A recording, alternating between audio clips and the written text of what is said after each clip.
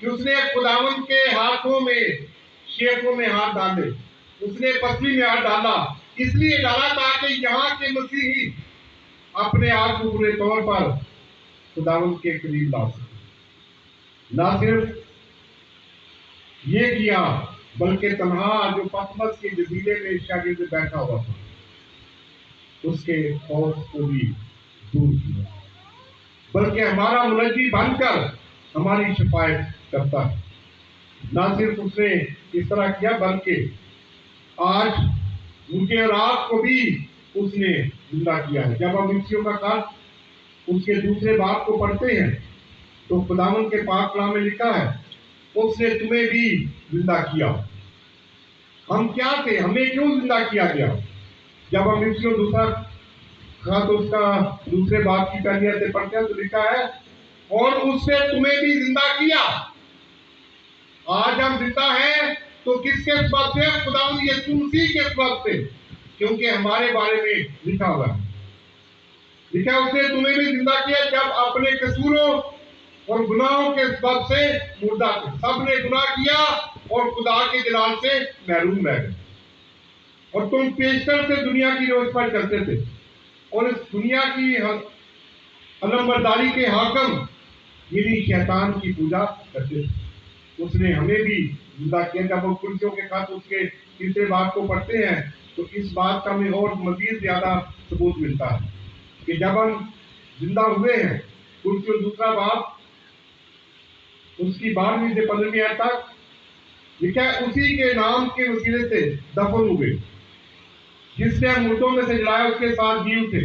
اس نے تمہیں بھی جو اپنے قصوروں اور جسم کی نامقصونی کے سبب سے مردہ تھے اس کے ساتھ زندہ کیا اور ہمارے سخت قصور معاف کیے اور حکموں کی وہ دستاویز مٹا ڈالی جو ہمارے نام پر اور ہمارے خلاف تھی، اور اس کو کیلوں سے جڑ کر صلیب پر ہٹا دیا۔